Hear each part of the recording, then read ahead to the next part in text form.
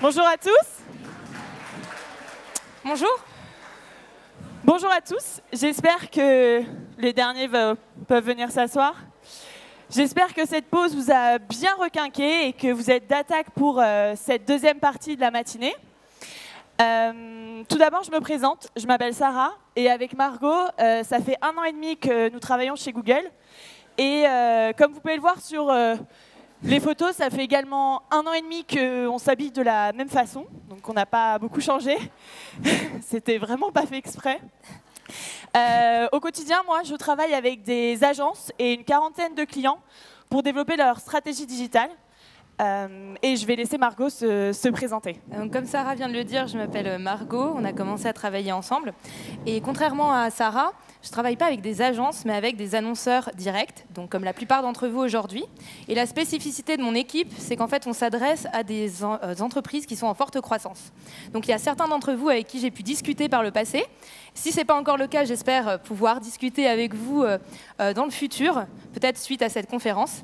Et aujourd'hui, on n'est pas là pour parler de... Enfin, on est là pour parler de croissance, mais on est surtout là pour vous parler d'audience. C'est un sujet qui nous tient beaucoup à cœur avec Sarah et sur lequel on travaille depuis plusieurs mois maintenant. Alors pourquoi? Parce que les audiences, en fait, aujourd'hui, c'est vraiment un levier pour vous pour développer votre business. Et on va le voir tout de suite. Alors, déjà, avant de parler d'audience, on va parler de ce qu'on faisait avant d'utiliser des audiences. Avant, on utilisait du contenu ou du contexte. Par exemple, on va prendre un exemple. Je viens de lancer mon magazine d'actualité. J'aurais pu me dire, OK, alors un magazine d'actualité, les gens le matin, généralement, aiment bien lire l'actu. Je vais diffuser mon annonce à la Défense. Une autre solution, ça aurait pu être sur lemonde.fr, puisque un magazine d'actu appelle un autre magazine d'actu, donc pourquoi pas diffuser ici, sur la page principale du Monde. Troisième solution, j'aurais pu me dire, je vais faire du référencement payant et je vais enchérir sur le mot-clé « acheter magazine d'actualité ». C'est un bon contexte. Alors aujourd'hui, on s'éloigne de cette façon de faire et on va cibler en fait des audiences, donc du coup des utilisateurs, des clients. On va partir des insights que vous avez. Alors pourquoi? Tout simplement ce qu'on a réalisé, donc ça c'est une étude, des chiffres issus d'une étude américaine de 2017, qui nous montre que les entreprises qui utilisent les insights de leurs clients, les insights utilisateurs, ont de meilleurs résultats business. Donc ça c'est des chiffres américains je crois, mais on a 85% d'augmentation des ventes en moyenne chez les entreprises qui utilisent des signaux utilisateurs et environ 25% en plus de marge brute. Donc des très bons résultats. Et c'est pour ça qu'aujourd'hui, on va vous apprendre comment utiliser vos signaux clients. Exactement. Et du coup, tous ces signaux utilisateurs, on peut vraiment les catégoriser en 3 grands thèmes. Tout d'abord, qui sont-ils? Donc ça va être simplement le sexe, la tranche d'âge, mais également où sont-ils, la deuxième catégorie. Ça peut être en France, à l'étranger, mais ça peut être également sur ordinateur ou mobile. Et surtout, le 3e thème, et c'est le plus important aujourd'hui, c'est que veulent-ils? Quelles sont leurs intentions? Quelles sont leurs passions? Et c'est vraiment sur ça qu'aujourd'hui, il va falloir que vous puissiez capitaliser pour tout simplement vous différencier de la concurrence. Pour un peu identifier et imager tout ça, prenons un exemple. Prenons Manon, cette dame que nous appellerons Manon. Aujourd'hui, avec les 2 premiers thèmes que nous avons vus juste avant, ce sont juste son identité démographique. Donc on sait que c'est une femme de 32 ans habitant à Paris. L'intention maintenant. Comment peut-on savoir les intentions de Manon? Prenons sa journée aujourd'hui. Prenons hier, parce qu'on ne peut pas lire dans l'avenir, on ne sait pas encore ce qu'elle fera à 19 h, mais hier. Hier, on était jeudi, 8 h du matin, elle se rend à son travail, dans les transports, et elle commence à comparer sur Kayak les vols pour se rendre autour de Lyon. Très bien. Deuxième étape, avant d'aller déjeuner, vers 11 h, elle consulte plusieurs sites qui vendent des combinaisons de ski. Là, grâce à ces signaux utilisateurs, nous pouvons maintenant comprendre et définir que Manon, et non pas Margot, mais Manon, rentre dans une intention de « je veux aller au ski cet hiver ». À 15 h, par contre, comme tous les mercredis, elle regarde les dernières bandes annonces sur YouTube. Parce que Manon, décidément, je vais lui donner tous les noms, Manon est une cinéphile.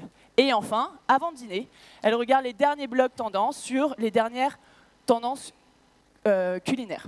Et là, maintenant, Manon est désormais dans elle est maintenant catégorisée dans l'audience affinité des passionnés et adore découvrir des nouveaux restos. Voilà, ça c'est maintenant son identité beaucoup plus profonde avec les intentions et ses affinités. Et pourquoi aujourd'hui, ça peut vous intéresser? Maintenant, disons que moi, Sarah, je suis la CEO de Toussoski, étant une entreprise qui loue des skis à Chamonix. Pourquoi ça m'intéresse, ces signaux?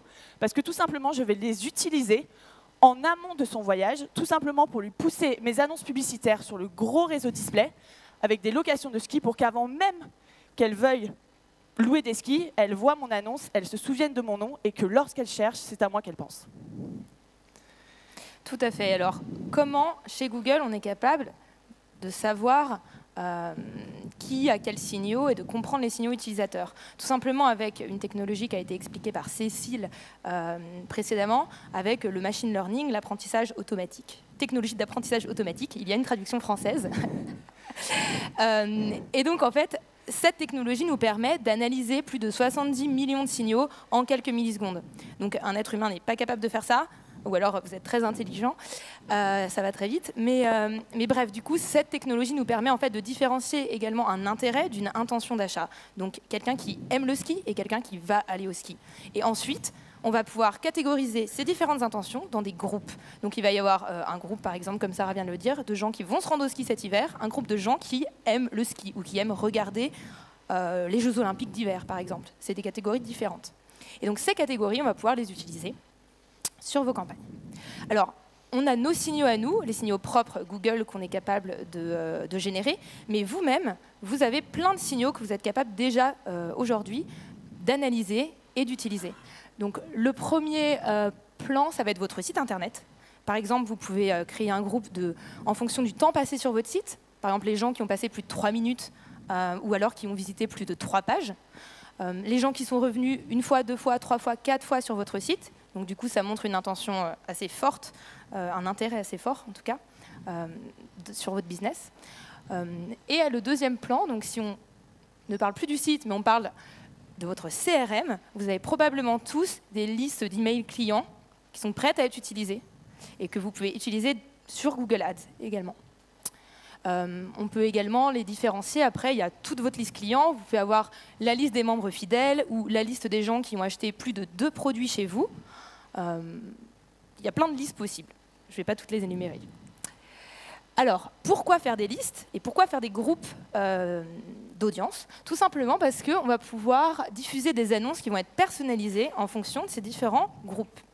Par exemple, si on reprend notre Toussoski, parce que je suis la CMO de Toussoski, et je sais que, par exemple, j'ai envie de toucher une nouvelle audience cet hiver. J'ai envie de toucher des gens qui ne me connaissent pas encore. Donc, par exemple, je vais pouvoir aller diffuser des annonces à des gens qui ne sont jamais venus sur mon site en leur montrant une annonce, par exemple, Toussoski, la location de ski discount à Chamonix. Donc, c'est un message assez générique pour des gens qui n'ont jamais entendu parler de ma marque.